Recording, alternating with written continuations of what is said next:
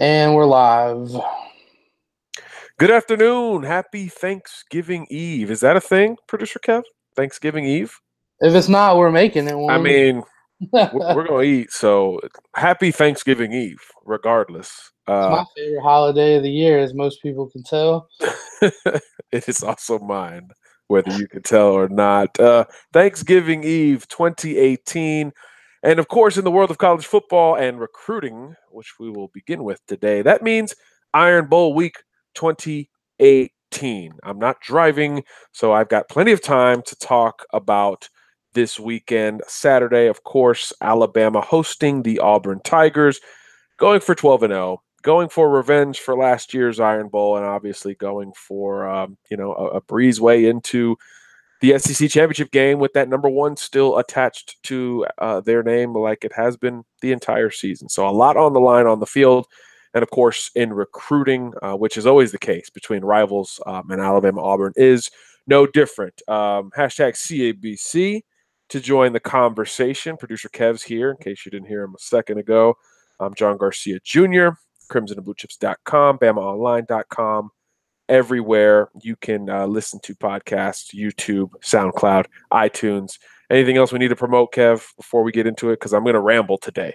Google Podcast if you're on I Android. didn't even know we had Google Podcasts. Google Podcasts, shout out to you, listeners. Yes. You. As my chair shrinks again.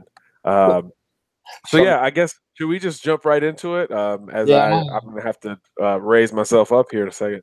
Can might we? as well. Should we just go? All right. Well, where do you want to start, producer?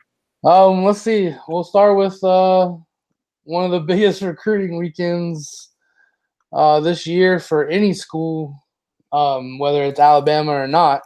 The visitor list right now is ridiculous, and it just keeps getting more and more ridiculous as the It's only Wednesday. I know it's only Wednesday, but this list has been ridiculous for probably a couple weeks now, as it's been growing and growing as we get closer and closer to the Iron Bowl. I mean, I think it's there's 10 5 stars already confirmed for the weekend, and I think 20 commits are going to be there. Obviously, probably most of the in-state kids will be there. The Talias, the Paul Tysons, the Pierce Quicks of the world. But you have a bunch of kids outside of that area that are not commits, that are high targets for the Tide, that are going to be on campus for official visits. Yes. Is what the main thing we're going to focus on today.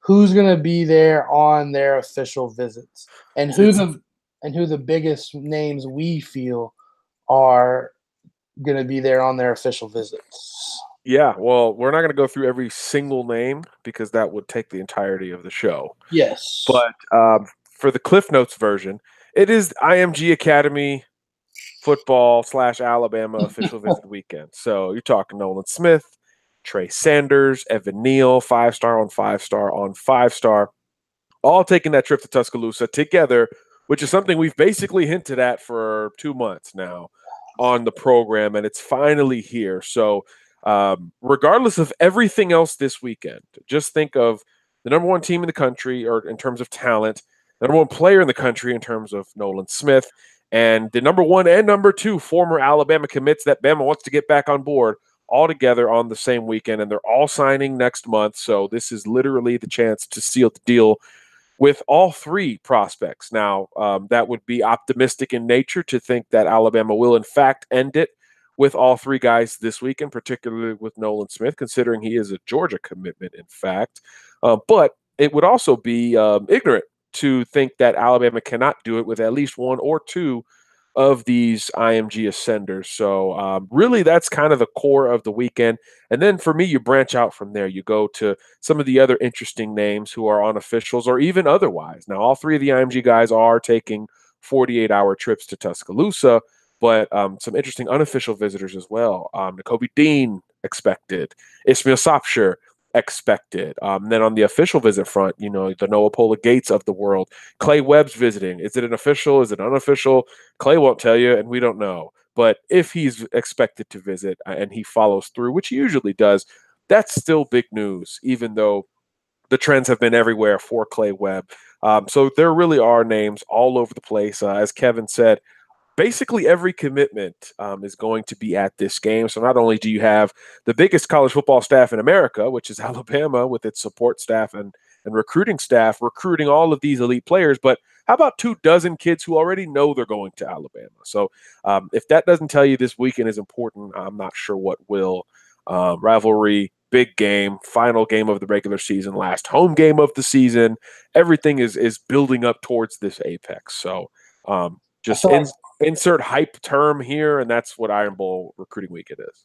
I feel like flag bearer Pierce Quick's going to be on his A game this weekend. Recruiting. Pierce Quick's high school season's ended, so I expect him to show up in a polo, khakis, visor. Like, he's going to channel his inner lane train and just go after everybody. So I think that'll be funny. And the 2020 flag bearers will be there as well. Jason Jones, Malachi Moore, Desalen Warsham. I don't think it would be smart to ignore the class of 2020, because I think Iron Bowls and spring games are kind of the weekends where you don't really want to undersell everything. Like, if we're betting, we take the over on almost everything in terms of commitments. So A-Day and Iron Bowl weekend in your home stadium, you take the over. So I wouldn't rule out a 2019 commitment, a 2020 commitment. Heck, there may even be a 2021 commit that we won't even talk about until next week. That's how big this weekend can be. So I think all those kids on campus, all those recruits on campus is just, it's invaluable. It's one thing to hear a pitch from a professional recruiter, which is what all these coaches are. But when you hear it from a fellow 17-year-old, a fellow 18-year-old who you've played with at a camp and who you've visited Alabama and other schools with, it's a different angle. So peer recruiting is always huge. Both quarterback commits will be there, as producer Kev said. So it's basically, no matter what angle you go for, there's something that resonates with those top targets. And again, those IMG guys all going together. So they've been able to experience so much together, including this Alabama official, which I believe will be the only one that more than one of them take together. And Bama's got 3 of them on campus this coming weekend, all for official visits. So again, that's where my focus kind of begins, but it can spread to so many other directions. So that's why I'm excited to have producer Kev help me out here and have you guys help us out as well. Which recruits are you most excited about this weekend, and why? Because we could spend a whole show on just those 3 IMG guys. We can spend a whole show on just the in-state guys, or just the out-of-state guys, et cetera, or just the 2019 guys. So there's so many directions we can go with this, but we want to try to keep it as organized as possible here at CABC, which usually doesn't mean organized, but as organized as possible. Kev, I'll toss it back to you, man. Who's your top guy or 2 that you are just curious about, whether it's on the recruiting front, whether it's on the, hey, does Alabama even have a chance here front? Who's kind of the name or 2 you're looking into this weekend and saying, like, I'm putting that guy on Twitter alert? Yeah, so I think this weekend, obviously, huge weekend. I got 2 that I'm really interested in. Obviously, my one is going to be Nolan Smith, the number 1 player in the country.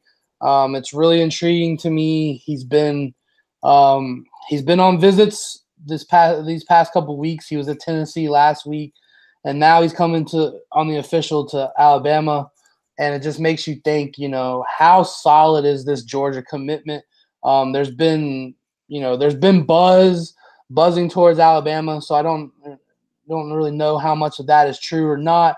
Not having talked to anybody in Nolan's camp or anything, but I mean the trend seems to be trending towards Alabama, so he's very intriguing to me. I'm definitely gonna have on alert. I don't think he decommits this weekend, but it'll be definitely very interesting to see how he goes about this weekend on social media and that kind of thing. So I'll be following that. The next one for me is going to be Noah Pola-Gates, the DB out of Arizona. And because I feel like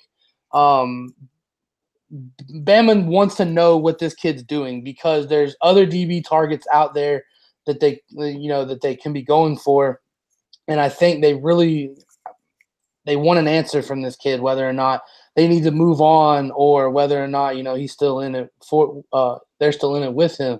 So he's going to be another one that I think is going to be interesting to see.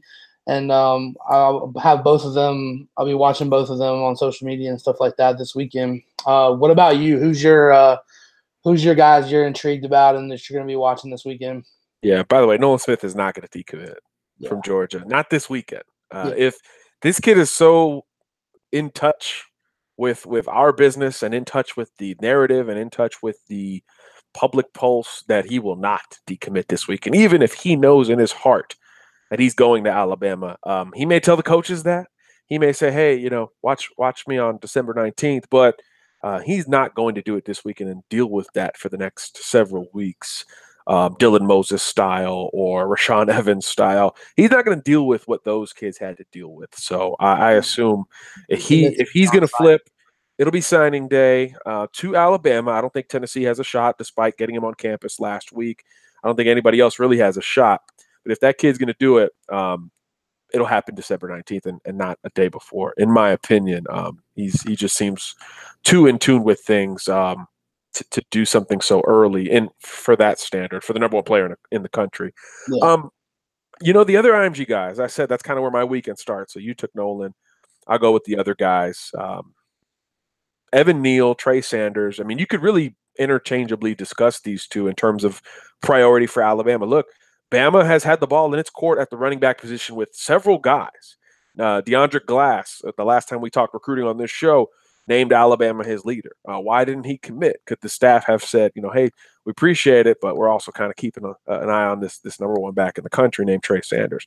So the ball has been really in Trey's court, and Alabama has had the opportunity to add running backs almost at will. Jerrion Ealy was a hot name for some time. Tyrion Davis was a hot name for some time. We just mentioned Glass. In-staters Lee Witherspoon, who's been red hot this year, have all been evaluated and pushed at one point or another by the Alabama coaching staff as running backs. Some of those things have changed, but Trey Sanders at or near the top has not. So I think that's very interesting from the Trey Sanders camp, even if they take other trips, which he might. He was at Florida State last weekend, Florida before that. LSU's trying to get him on campus for an official. He already took one to Texas. So there's a lot of schools still in it for Trey, but most believe the ball is in Alabama's court. And I think Alabama wants to start the running back conversation there over the next month or so ahead of December 19th. And I believe that's when Trey is going to go public with a decision. So I don't know if I would expect him to go public this weekend, but official visits are great and they're shiny and they're fun and these kids will have Thanksgiving, then they'll have Thanksgiving all weekend at Alabama because official visit food is legendary and a story within itself. So you never rule out 100% a commit, while you're on the visit, strike while the iron's hot, still on the visit high kind of thing. Although I wouldn't 100% expect it from Sanders. Neal, I think, is more likely to end the process this weekend if he's ready. Now, other schools are trying to get involved. Oklahoma got him on campus for an official visit. Miami's still there. FSU had him on campus this past weekend. So you don't know exactly how much of a push or how impactful a push, I should say, those programs have made. But throughout the entirety of the Evan Neal recruitment, it seemed like an Alabama-Miami battle. So I'm not sure of the official visit plans to Miami or if the Canes will get one. But the longer that visit isn't scheduled leading into this weekend, I think the better news for Neal potentially ending the process. Much more conservative, much more to himself, much more a guy who really doesn't care about the hoopla. Not that Nolan Smith or Trey Sanders really does, but of the three, Neal cares the least. I can guarantee you that.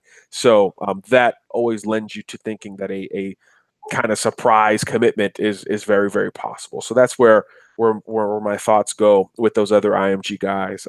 Really, the ball is in their court, and really, you can make the case, Kev, that how Bama finishes with the IMG trio meaning they go 3 for 3, 2 for 3, 1 for 3, 0 for 3, that will determine how strong the overall class is and whether or not they put number one in the rankings and blow it out of the water and make it just something unattainable for Georgia or Oklahoma or Texas A&M or Florida State or whoever else, Ohio State is up there right now. That is the difference, how well you finish with the IMG trio. There are other 5-stars out there. We mentioned Sopsher and Dean and Webb, Darnell Wright, etc. There's several other ones, but I think with the momentum Bama has, with at least 2 of the 3, and really 3 of the 3, that's where you determine if this is a great class or maybe even the best class Nick Saban has signed in Tuscaloosa.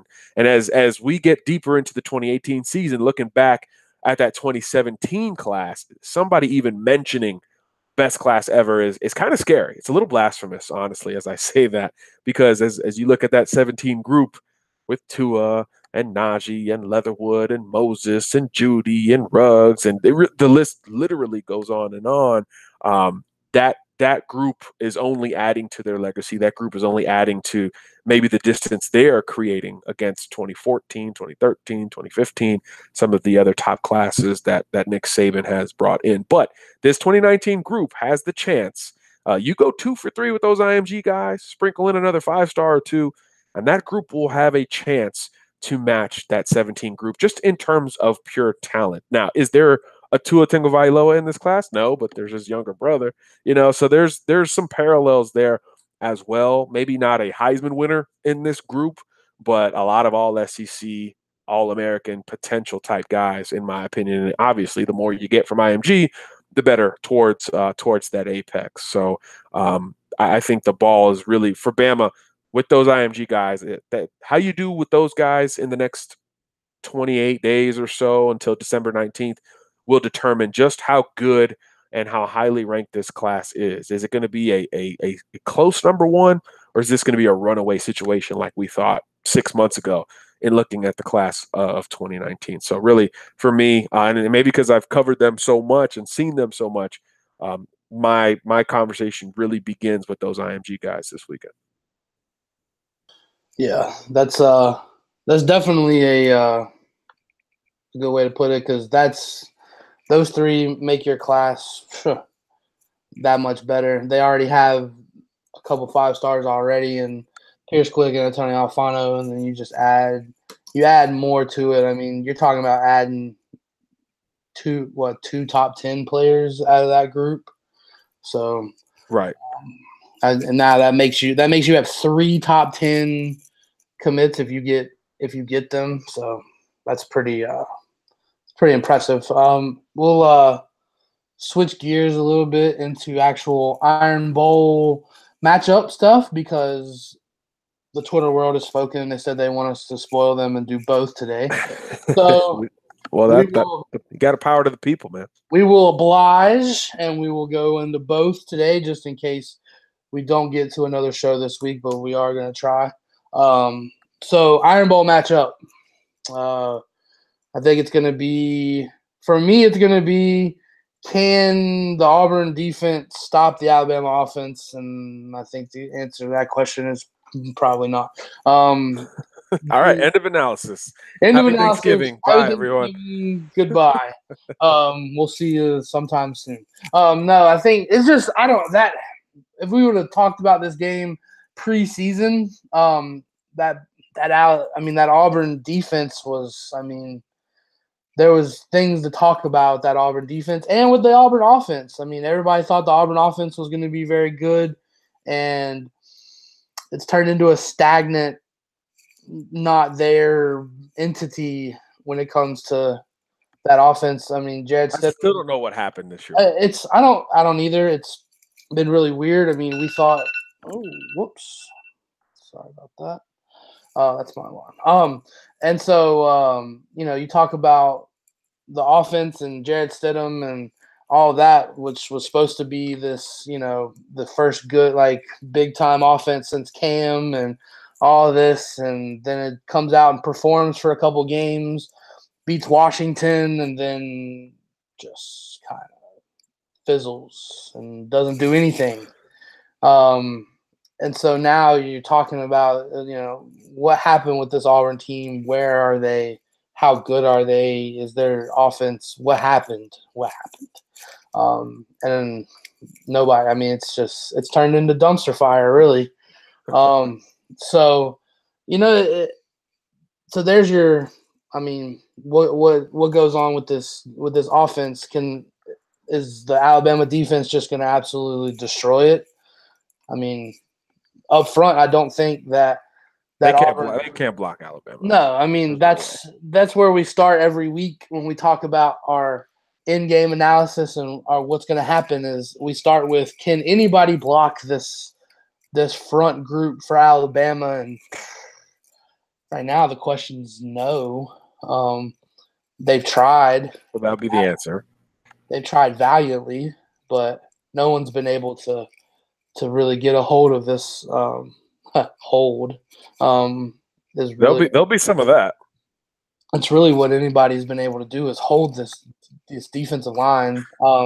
So, I think the defensive line way too much. I think that the linebacking core has been playing well lately. And Dylan Moses, a Butkus finalist. Yes, which we've said all along that Dylan Moses was the better of the group, but that's none of my business. And then the defensive backfield, obviously, how well they're going to play. I mean, they've played well all year. It's been the surprise of the defense. So, again, I think they have another good game because I think the defensive line puts that much pressure on Stidham that he just doesn't have time to throw the ball, and I expect a couple interceptions from the back group out of Alabama.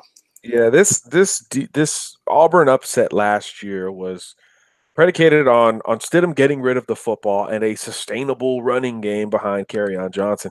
Those things aren't there anymore. Stidham is holding the football. His offensive line is not holding up, giving him time to get through his progressions. And really the two guys who killed Alabama last year were Kerryon Johnson and Ryan Davis. And Davis is still there working in the slot. He's Auburn's all-time receptions leader. But again, that O-line last year, which during the time maybe wasn't as appreciated by Auburn folk, was really good last year. And that's something that is basically all gone. They've shuffled. They'd have injuries. They've had tackling shuffle on the right side. It's just been a mess, frankly.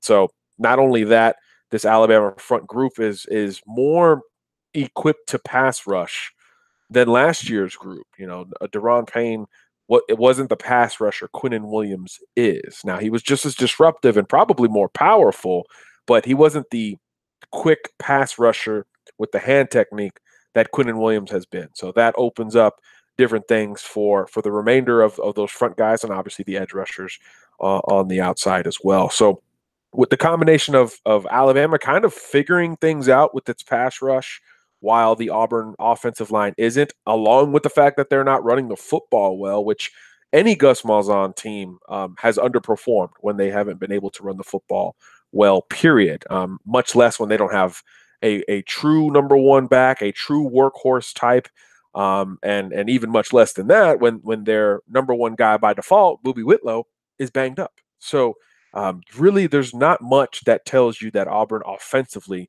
will be able to do much. And that's where the conversation begins for me. I think when you look on the other side of the ball, I mean, Auburn's got a good front seven. Let's not act like Auburn's front group isn't going to have a bunch of NFL dudes within it. I think multiple Auburn linebackers will be in the NFL, and basically that whole front one day will be in the NFL as well. So that's about as good as it gets in college football. So is it Mississippi State's group? Maybe not.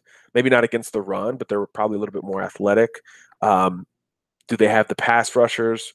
Maybe not purely like a Montez Sweat, but collectively, I think a really strong group who will make you work if this was a classic Bama offense that wants to run the football and play downhill. The Derrick Henry Alabama offense, the Mark Ingram Alabama offense, I think would struggle some against this Auburn defense. But of course, that's not what they're going to see on Saturday.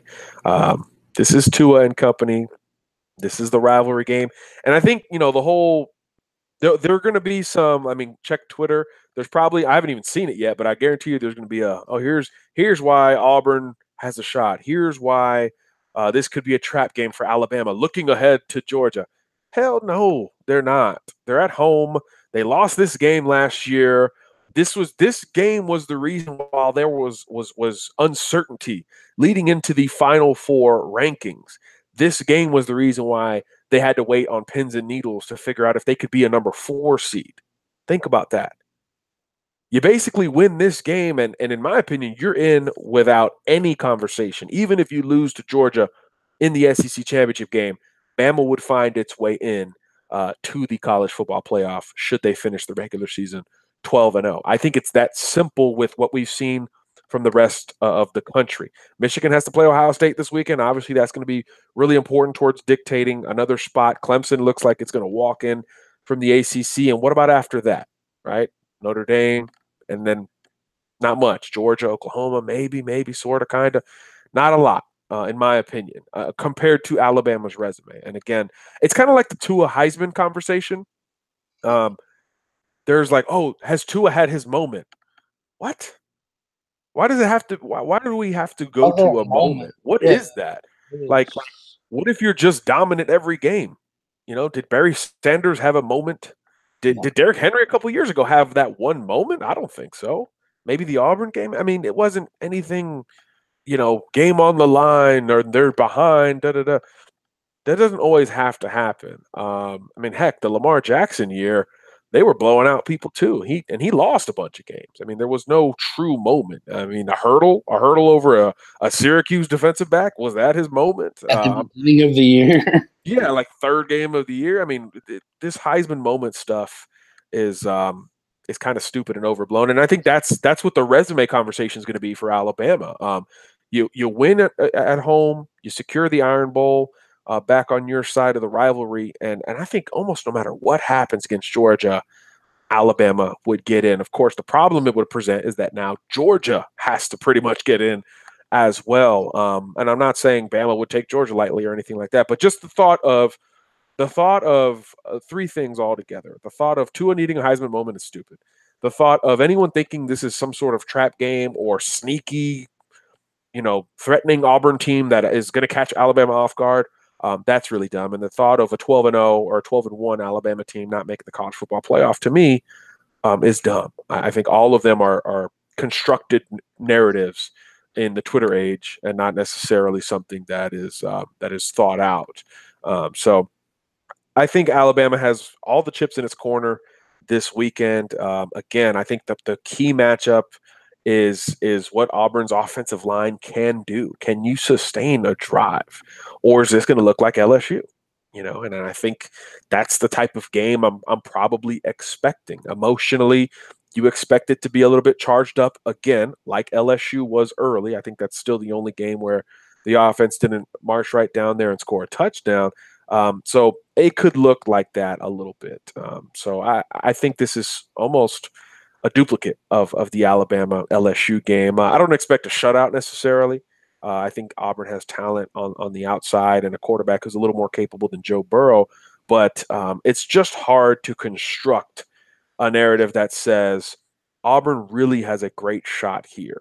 Its strength is the front seven, but Alabama's not a run-at-all-cost team anymore. So that strength is weakened by default, and Auburn's secondary is just okay. They're not elite. They're not anything that has a chance really against the arsenal of Alabama wide receivers and the tight end, Irv Smith, who one good game, you're like, oh, okay, Irv, I see you. Two good games, you're like, this is interesting. And then 3, 4, 5, 6, 7 good games, you're like, okay, Irv Smith is maybe the best tight end in the country at catching the football and making plays. And that's something that I don't think even the biggest Gumps would have predicted. So, again, when your secondary isn't up to par and you're facing basically 5 guys who would be number one options on other teams in the passing game, along with the quarterback who's been the best quarterback in the country, where do you find the matchups? Where do you win there?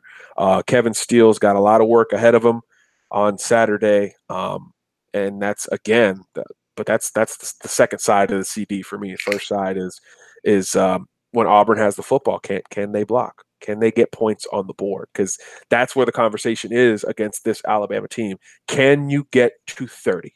Because Alabama will, or they'll get very close. Can you get to 30? And obviously nobody's been able to. And in these games with great defenses against Alabama, those teams haven't even been able to score. Looking at LSU and Mississippi State. And A&M scored in garbage time. So the conversation begins there. Can your offense come close to what Alabama is doing? And Auburn's can't. Simple enough. Auburn's can't. So that offensive line will have its work cut out for them. The O-line would have to come up with their maximum effort and their best efforts all at the same time to have a chance to score a bunch of points in this game. And obviously that's when you're dealing with college kids, that's just too much to ask. So I just think no matter how you look at it, it's a pretty one-sided game. And that's why this spread is the biggest I've seen in an Iron Bowl by double. Kev, what's the number at this point from Vegas? 3 touchdowns plus? Yeah, it's I'll see if it's updated since I looked at it last. When I looked at it last, it was 23.5. I mean, you're talking 3 touchdowns and a field goal. You know, that's how Vegas is seeing this thing in a rivalry game. So it's updated since I looked at it. It's now 24. So 24 points. 3 touchdowns and a field goal gets you a push. Yep. That's where this thing is. Remember, guys. We don't bet, but Vegas knows what they're doing. And what was the LSU spread? Like 13? Yeah. Something like that? Yeah. So nearly double. So I may even be overselling this to think that it's going to be a duplicate of that game. That spread was 13 points. It was in Death Valley, so that compensates for something, usually 3 points in Las Vegas. But they're saying almost double the spread, double the amount of points given to Alabama. So, I just don't think there's many ways where this thing looks extremely competitive outside of the initial emotion and the initial, hey, it's the Iron Bowl, it's a rivalry game, everybody needs to tune in for the first quarter. But that's probably the only time where people really do need to turn in. And again, Kev, we haven't even talked about what practice must have been like following the Citadel first half. We haven't even got to that. Oh, yeah. You know, Nick Saban was absolutely loving that first half last week. He knew he was going to win the game, but he also said, man, I can kill these dudes all week leading into Turkey Day and then the rivalry game. Nobody's going to come out of the gates on less than 10. You can't do that 2 weeks in a row. So there's really nothing that sets up Auburn here. Maybe if it was at Jordan Hare where weird things have happened, you get a weird wind in the air or something. I don't know, but there's really nothing that sets up favorably. I think it's the weather's supposed to be nice even. I mean, I'm looking for all of the avenues to where the underdog has more of a chance, and you're not really seeing it. So, so for those of you looking for Tua's Heisman moment, I don't think you're going to get it in this game from the conventional sense. I don't think you're going to get a rallying effort. I mean, Tua hasn't had to rally since the Natty. So I don't think you're going to see it against Auburn at home Saturday with 12-0 on the line. I think we were talking about this the other day, Kev. It might be too early to talk about it on the pod, and Bama fans may blame us if things go awry. There has never been a 15-0 college football playoff national champion, correct? Correct. Everybody got clipped once at least. Everybody that has won since the college football playoff has been put into play has been clipped at least once. Right. Ohio State in 14 limped into the playoff. Yep. They were the surprise number 4 seed because they suffered a loss. In 15, it was Alabama. I believe Ole Miss defeated Alabama that year. 16, Clemson. That was the year Pittsburgh beat them. Watson threw a bunch of picks in that one.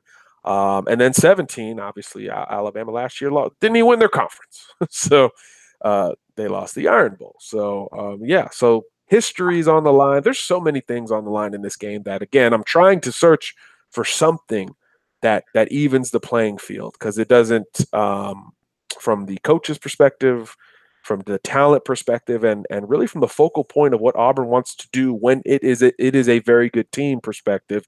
None of those things are lining up this year. So it's, I hate to be bland, but it kind of is what it is, right?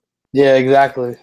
It's just, so. I think there's just too much, like, the cards are falling too well aligned, and I just think that it's just, I think there's going to be your first, like we talked about, there's never been a 15-0 undefeated national champion, and I mean, if they keep going at this pace, I think Alabama's probably on pace to be the first. So I just think that there's too much around the country. Like if Alabama or if these teams that are on the verge of getting in right now, if Georgia loses the SEC title game, I mean, I think Georgia is the only threat to Alabama at this point. Yeah, I'm with it. So I'm with it. I don't think William Lee really quick says that, or William Lay, 34-point spread in 2012. I don't know if that's verified. He's got a winky face emoji in there, so you never know what that means. But if so, wow, first of all. But yeah, I don't know the spread back then. Maybe I wasn't paying attention at the time, but 34 is a lot, and 24 is a lot in this rivalry game. Is there another rivalry game where the spread is this much this week? I would venture to say no. Certainly not Ohio State, Michigan. 4 there. Say what? It's 4 points there. Right. What are the other rivalry games this weekend? The Apple Cup won't be. Apple Cup's 2.5. These other rivalry games happen earlier in the season. I'm trying to think. Go down to Florida State. That one's probably 10 or something. I think it's 7. Yeah. So 24 is a lot. 24 is a lot to consider. Georgia Tech, maybe that one. No, I believe it's even. I don't even think it's that high. So think about that. I need you to find that because Georgia Tech 17. Right. Okay. Think about that. With what we know about Las Vegas, Georgia and Georgia Tech is a touchdown easier of a call than Alabama Auburn. I mean, Georgia Tech keeps the ball out of Georgia's hands with that triple option. Yeah, but their defense is hot garbage. So also true. Think about that. That spread is 17, and Alabama Auburn is 24. I mean, that should have been the whole podcast right there. Good night. Good night. Crazy. So, this is a different deal in this rivalry. So, the first quarter will be fun, I would assume. And if you're an Auburn fan, that's the quarter you want to watch. Maybe the fourth, because there'll be some young guys getting in. You get a chance to see the future, maybe. But I'm not going to act like it's going to be that crazy. I do think Bama. I think Bama can cover this thing, and I think they. I haven't made my pick yet officially, but I think they can get it. Again, I'm literally trying to play Auburn Tiger guy to find a strength in this matchup beyond Auburn's front seven against the Alabama running game, which isn't an overwhelming strength. It might be a push even. And that's really because of the injuries on the offensive line for Alabama and the injuries to both Damian Harris and Najee Harris that we're not, 100% sure of. So it's kind of crazy there. So I'm just going to pop over to some questions here, and we'll spend the rest of the show, however long left, on that front. Wow, we got a lot of questions, a lot of folks hanging out. Appreciate you guys joining us today. William Lacey needed the recruiting news. Well, you got some of it. There's really no end to the recruiting news, so good luck getting all of it. Our guy Hank South has every name on BamaOnline.com. So we probably went through a dozen names. He's got like 50 plus and counting. So again, we encourage you to head over there for the minute by minute recruiting news. Mook RTR says, "Are we going to get another receiver in this class, John?" I don't know, Mook. George Pickens. Maybe not. Again, the level of hot and cold and up and down with George Pickens is something I've never seen with Alabama this late in the game with a big time player. It's been weird. There's no other way I'm going to put it. It's been pretty weird. Does it mean the kid's hot and cold? Does it mean the school's hot and cold? Does it mean they're both hot and cold at times? Probably yes across the board. So the more time that goes on, the more we talk to George, the more we talk to sources in Tuscaloosa, we kind of are feeling like it's not going to work out. So does that mean Bama's done at the wide receiver position, or does it mean that another guy can kind of swoop in? There's not a whole lot of candidates out there, but there is a visitor this weekend who will be making, I believe, his 4th trip to Tuscaloosa, who happens to be committed to Auburn at wide receiver, and his name is not George Pickens. It's Javarius Johnson. Now, he does not have an Alabama offer at this time, so that is obviously a roadblock towards him ending up in the class. But if wide receiver in that position is determined to be of importance over a second tight end, over another 2 defensive backs instead of adding just 1 here down the stretch, over maybe another edge rusher or 2, then I could see Bama pushing for Javarius Johnson late, which conversely makes you think Auburn is going to push for Javarius to sign in 28 days and not take this thing to February, which could end up being an objective for Alabama. So in-state wide receiver recruiting with the Auburn Tigers, which is a theme this week and every week in this state, I think is very important. Not just George Pickens. Javarius Johnson needs to be on radar. He made a big bump into the top 247. He came 50 yards short of breaking the state's all-time wide receiving record this year, playing with Paul Tyson, the Alabama commitment. This is a problem for defenses. 4.4 speed, good hands, good route runner. Needs to get a little bit bigger. It's probably 5'9", 170 or so. But if there's going to be another receiver not named George Pickens, I'd keep an eye on Javarius Johnson. Scrolling some of the other comments here, William Lay. How about the recruit we got this week in 2020? Yeah, Jamarian Latham. This is a recent throwback, I guess, because he's a Pickens County kid, 2-way lineman, 6'3", 270 pounds. And his head coach is Michael Williams, the former Alabama tight end, who I believe won 3 rings in Tuscaloosa. So, yeah, he was a Pickens County kid himself. He's a man now. And obviously is back there coaching his alma mater. And now he's got a Bama commitment, so that's pretty cool. Jamarian is a 2-way lineman. He prefers defense. At this point, he looks more suited to play defense at Alabama. Nick Saban has okayed him playing defense at Alabama, just a junior. So he's got another year, played in the state championship game last year at the 1A level. And he's in round 3 now this year, looking to get Pickens County back to the Super 7. So I'm a big fan of his game. I think he's eventually a defensive tackle, 6'3", 290 or so right now, or 270, I should say, right now. But he's more of an edge guy, more of a more athletic than the offensive tackle type of kid at that level. But he's going to fill out, and he'll be a true 3-tech, 295, 305 type of weight by the time he gets to Tuscaloosa. And this is big for Bama. Not only is he a local kid and you want to keep top talent in state, but his name was just on the ascent. He just got South Carolina and UAB offers. Alabama offered him on Saturday after watching him on Friday, and he committed on Monday. So very quick, to the point, open and shut case with Jamarian Latham's recruitment. And I think that's critical because we know Tennessee was interested, Mississippi State was interested, several other SEC schools were very interested. So you just never know the more time that goes on. And Auburn is interested as well. So I don't rule out him getting more offers as time goes by here. But in terms of the solidity of his commitment, he's always wanted to play at Alabama. He's visited 3 or 4 times this year. And it was Michael Williams knew it. Alabama knew it. As soon as Alabama offered, his recruitment was over. So once that news came from Mike Loxley on Saturday, your boy's crystal ball went straight to the Tide. Good player.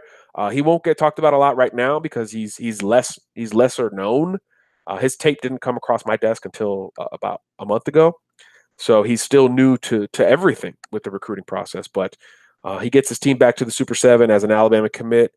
his name's going to pop up a whole lot, and he'll be another banner guy in this class. 5 in-state guys in the state for Alabama in 2020. So they're already working on that class, and that number could grow in the coming days.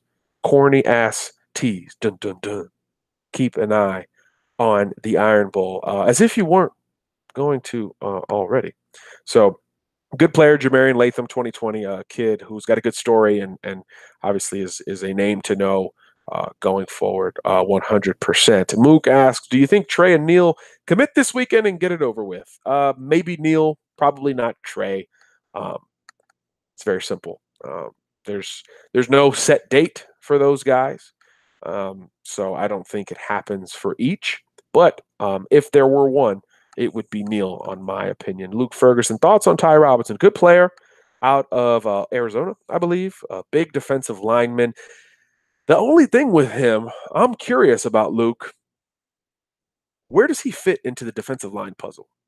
Because Alabama has added a lot of players with a similar skill set in terms of can play outside and in, going to be a hand in the dirt guy, interior guy at the next level.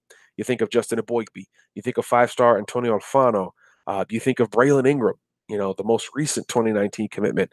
All 3 of those guys are kind of in that mold. And Alabama is recruiting other guys in that mold, like Nate, DeMarvin Leal, etc. So where does Ty Robinson stack up? I'm not incredibly sure how important he is to this class. Very good player, blue chip recruit from the West Coast, but I'm just not sure where he stacks up for Bama and how much of a need he is. I think Alabama wants to add another true D lineman. I think you start with Ishmael Sopsher and you work your way down. So not sure if Ty's the next guy or the guy after the next guy. But he is going to visit this weekend, so maybe he'll get a better idea, and we will conversely. Jackie White says, we want to talk about Nakobe Dean. Bama needs linebackers. We've talked about him a lot, Jackie. Number 1 linebacker in the country, number 1 linebacker on the board. There has been a lot of optimism in the Alabama camp towards Nakobe, and I think that's always encouraging. And the most recent bit of momentum for Alabama came after a Georgia visit. So that alone should perk your ears up if you were pessimistic about the Nakobe Dean recruitment for Alabama. Because Alabama has sustained momentum through another contender's visit and now could get him back on campus for a visit in Tuscaloosa, which is the expectation as of this recording. So there's a lot of reason to be optimistic here with Nakobe Dean. 2 weeks ago to now, I feel like Alabama's chances are much better than they were.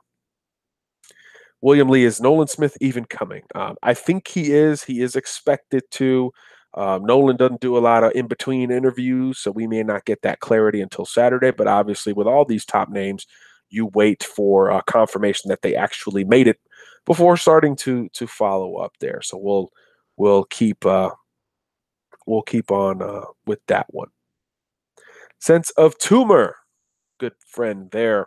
Bama linebackers, Benton, McMillan, Cajo, Moody. Those are 4 legit middle backers. Plus, we get Dylan Moses back for 1 more year.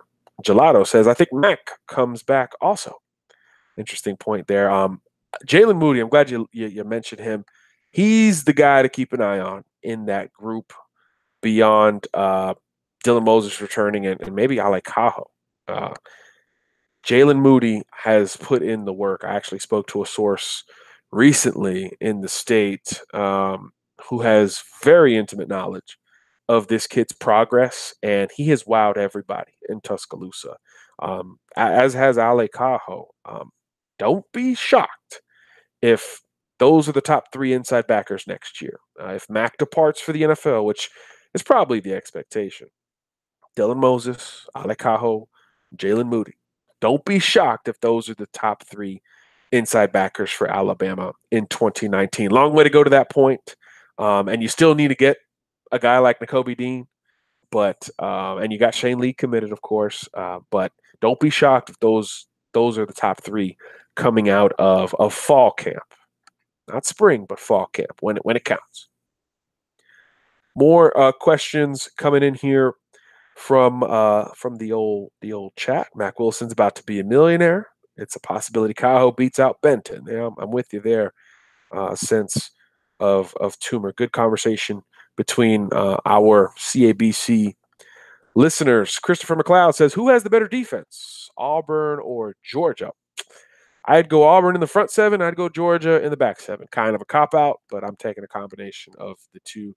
Because really, when you look at defenses in this day and age, it's never been more independent. It's never been more independent of one another in terms of what you could do against the run and what you could do against the pass. So a one cohesive unit that is all playing well at one point.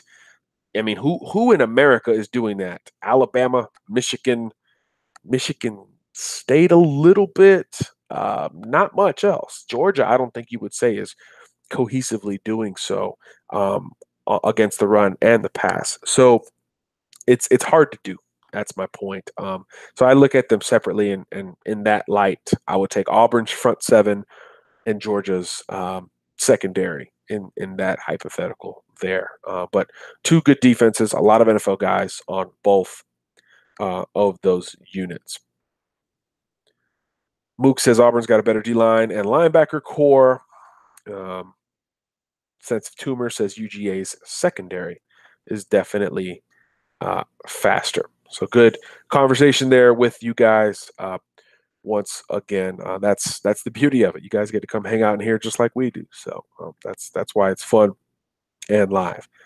Can Auburn's offense outscore Alabama's defense? I think that's the question. I'm with you, Mike. That's kind of what we preached earlier. Can that Auburn offense get to 30? Can they do that? I don't think so. I don't think so. Heck, they hadn't done a lot this year against other defenses, much less playing against Alabama. Gelato wants to know if I think Bama covers. I'm starting to lean that way, Gelato. I haven't printed it yet, but I'm starting to lean towards an Alabama cover here. Bama's covered all but two games, Texas A&M and the Citadel. So a lot of time in between each of those. And I think Bama kind of gets back on track. Mook says Tua is healthy as well.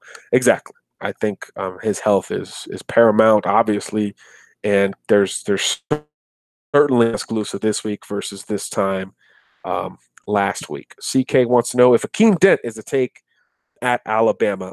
I think he's in the Ty Robinson camp. I think that's a question of, how high is he on the board? What does this staff want to do at that position? I think that's where it gets really, really hard. There's room for one more DB. I think that is pretty clear. There's room for one more DB. Is there room for two more DBs? And if there isn't, who's the guy you say yes to no matter what? Is it Pola-Gates, who's visiting this weekend? Is it Jordan Battle, who visited last weekend? Is it Akeem Dent, the 5-star FSU commitment?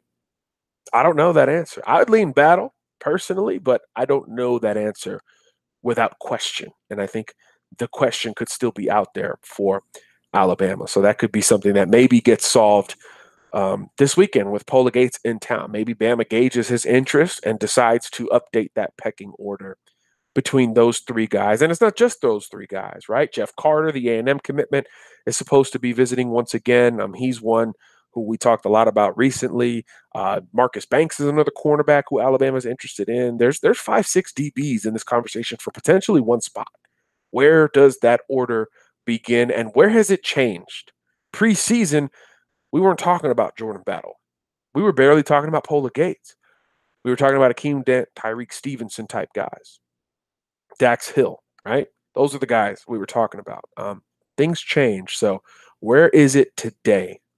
That would be your answer there. Garrett Lambert in here. Hey, John, what are our chances of getting Sopsher and Siaki Ika both? That's a good question, Garrett. Again, how many spots are available? We think Sopsher's number one on the board, and Ika's probably right there, 2 or 3 among defensive tackles, but that's an overall numbers question. Do you sacrifice a second receiver? Do you sacrifice a second tight end? Do you sacrifice an edge rusher to add another interior guy? Possibly. Would I do so? Yes, I would. I would certainly sacrifice another. My chair is just bugging out, y'all. I would certainly sacrifice a second tight end and a second, or I should say, a second wide receiver for Siaki Ika. If you knew you were getting Sofsher and Ika, I'd do it. I think he's that type of talent. But obviously, that doesn't mean Alabama would do so. But that's a very, very good question. So we'll see how that one plays out here. Christopher McLeod, if not Sanders at running back, will Bama take another one? I think DeAndre Glass becomes a big focal point. Garrett Lambert says, what about our chances with Robbie Ashford out of Hoover? Just a 2020, just a junior. Bama's got to offer first. He likes Bama. He's been involved, and they've said, hey, come over whenever you want. So he'll be there on Saturday. He told me that last week. But they got to offer first. Right now, Auburn, Mississippi State, Clemson, each in better shape, in my opinion, than Alabama. Although Clemson, just like Alabama, has yet to make that scholarship offer. Garrett says, is George Pickens coming to the Iron Bowl? I don't see another receiver out there. Do you? We mentioned Javarius Johnson earlier. Pickens is expected, but just like we said with Nolan Smith, just like we said with Ty Robinson, we'll say it with Pickens.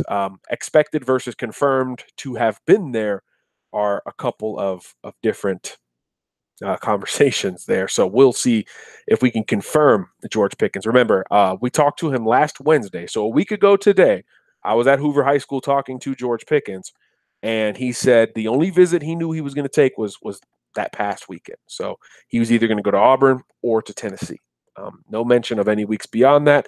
No mention of set official visits, which he is going to take. Remember, he is a February decider. He is not a December decider. So there's a little bit more time in the ever dramatic recruitment of George Pickens. So keep that in mind here. We talk about these December deciders with the bulk of the conversation because we know it'll shift in a big way to the George Pickens types of the world shortly thereafter.